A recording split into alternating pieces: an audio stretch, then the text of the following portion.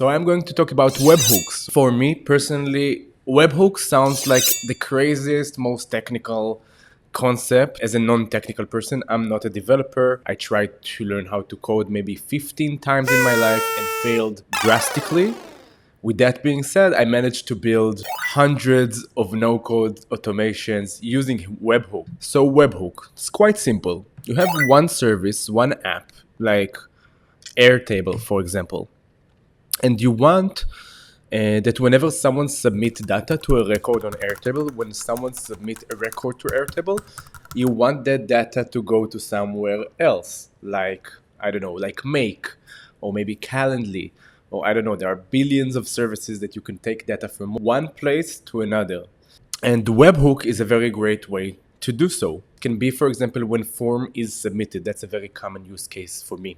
So when form is submitted, send a webhook. It takes that data to somewhere else, which is the webhook endpoint. So whenever you work with two different webhooks, you're always going to work with the URL. I'm going to show you the examples. We're going to dive right in. So the most use cases that I use to send webhooks are most often through Make, formerly called Integromat. I'm hooked for this tool. It helped me to glue different type of products and services together, and I recommend everyone to give it a try. I'm going to share also an affiliate link to Make down below. Right now, this is how it looks like when you currently don't have any webhook. And it tells you if you want to send data to trigger scenario instantly, you can create a web. So let's open the scenario builder and build our first webhook. As I told you before, right now I would expect to see some kind of a URL provided that I would give to another place that will send me the data. Usually it's Airtable in my case. So I'm pressing plus and I'm choosing the webhook module on Make. And notice that you have mail hook and webhook. What we're looking for is a webhook. And I create a webhook and I'll call it Airtable webhook. Save. Now I received a URL. This is a URL that I can copy into Airtable. So in this specific example, what we're currently seeing, I know I promised you a no-code tutorial. This is the only time you're going to use code. I am going to put a link to this code in the comments. You can just copy and paste it into your Airtable. And this is a script basically that you just replace the URL and then you do whatever I do here and it helps you to. In order to do that, I will just go to edit code. I will replace here the URL of my webhook. Perfect. Now I need to define the record ID. So it will receive a record ID. Okay, that's the data we're going to manipulate later on. So name, record ID, and then I actually press the Airtable record ID, and that's about it. We finished with the Airtable webhook automation. All I need to do right now is to test it. So in order to test anything with Make, what you need to do right now is to click run this module only. And now I want to send the webhook. You can do it just by testing out the script. So I press test. And there you go. It tells me test ran successfully. Now I would expect to go to Make and see that it actually received the webhook. So I'm actually seeing something. Oh, something magically happened right now. I received the record ID. And that's about it. The webhook worked. Something is missing. What is missing? I can't see the data of this record, right? So I actually, my automation, this is the webhook example, but basically you want to make sure that you read all of the data that is stored in that specific record. So in order to do that, you need to add a module, which is an Airtable module and named get record. So you choose Airtable, then you get a record, you create a connection. So this is something you need to do. You create a connection, you have different connection types on Airtable. I can do a video about it if you're interested.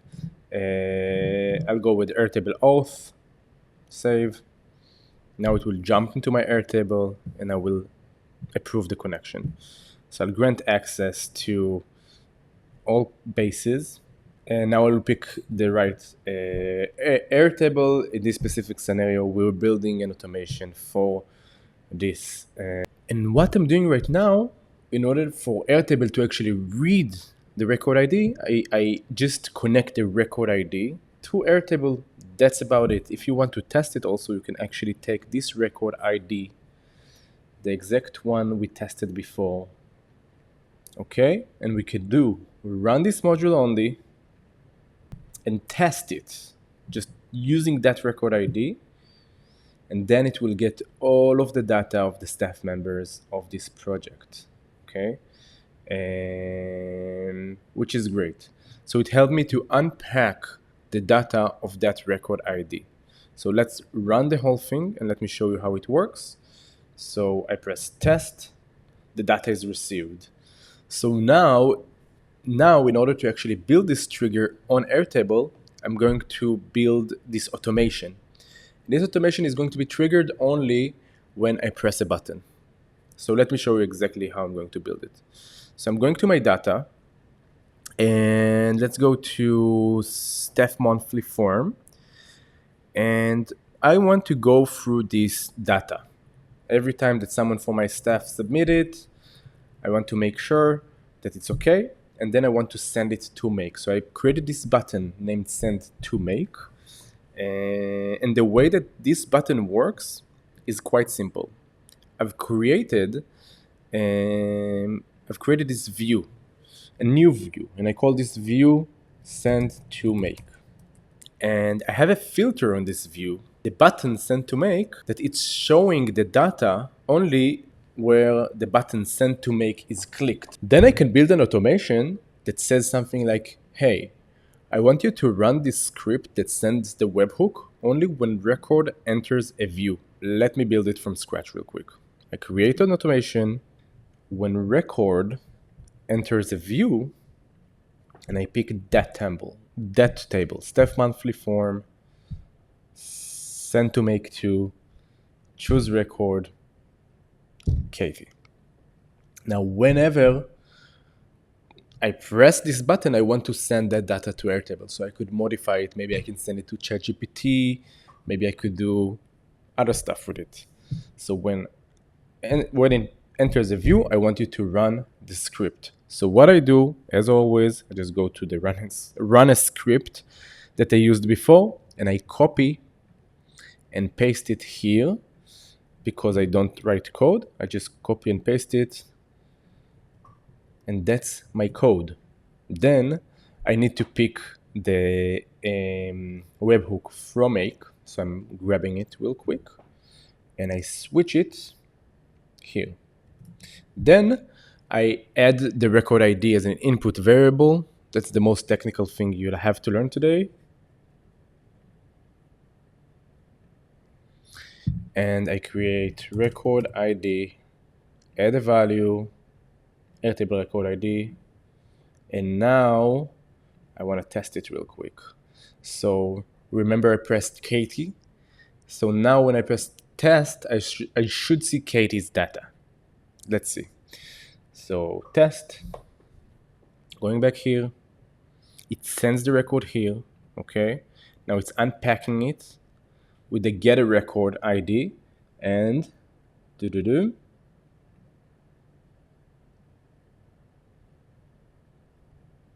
and voila, we have the data of Katie from that specific record. Now we could creatively think together about different use cases, okay?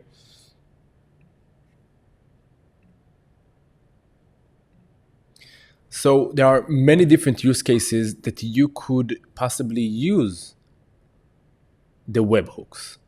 You could maybe whenever someone pay you and you want to track the data of all of the people that paid you, you can create a webhook, and that form will send to Make, and then you could update your Airtable document with all of your clients. Maybe you need to update a CRM like Monday or Asana, or a project management tool that whenever someone submits the form, it's open a new project for your staff member. So we can go really, really creative. Right now, I want to dive in and show you different cases where I specifically use webhooks in my day-to-day job. So if we'll go here,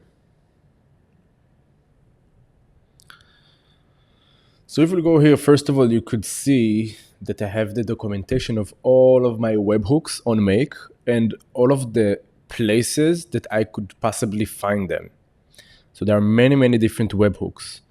And let me jump to the scenarios and I'll show you exactly the use cases that I'm using. For example, I have my mentorship app, which is Future-Proof LMS v.4. So, for example, all of this app is based on webhooks. Students submit assignments, then let me show you. So, for example, this is a webhook that the students submit an assignment through a form. The Airtable gets the data from this form, then it gets some info about the student, then it finds the relevant sheet of that specific student. So it finds Google Sheets of that specific student and it updates the sheet, which is Project Tracker. We help students to track all of their assignments in one place, and we do it through webhook and different automation. Let me show you how it works. Specific example. The students submit an assignment, we get that assignment through a webhook, it updates, it gets the record through Airtable, it gets the data of the student, then it updates a spreadsheet with the data of that assignment. Let me show you how it works. So this is the student submission form. Then they select the assignment. Then they put the assignment link. I'm just going to grab a random link. Doesn't really matter. Anything else you'd like to share with your mentor? Test.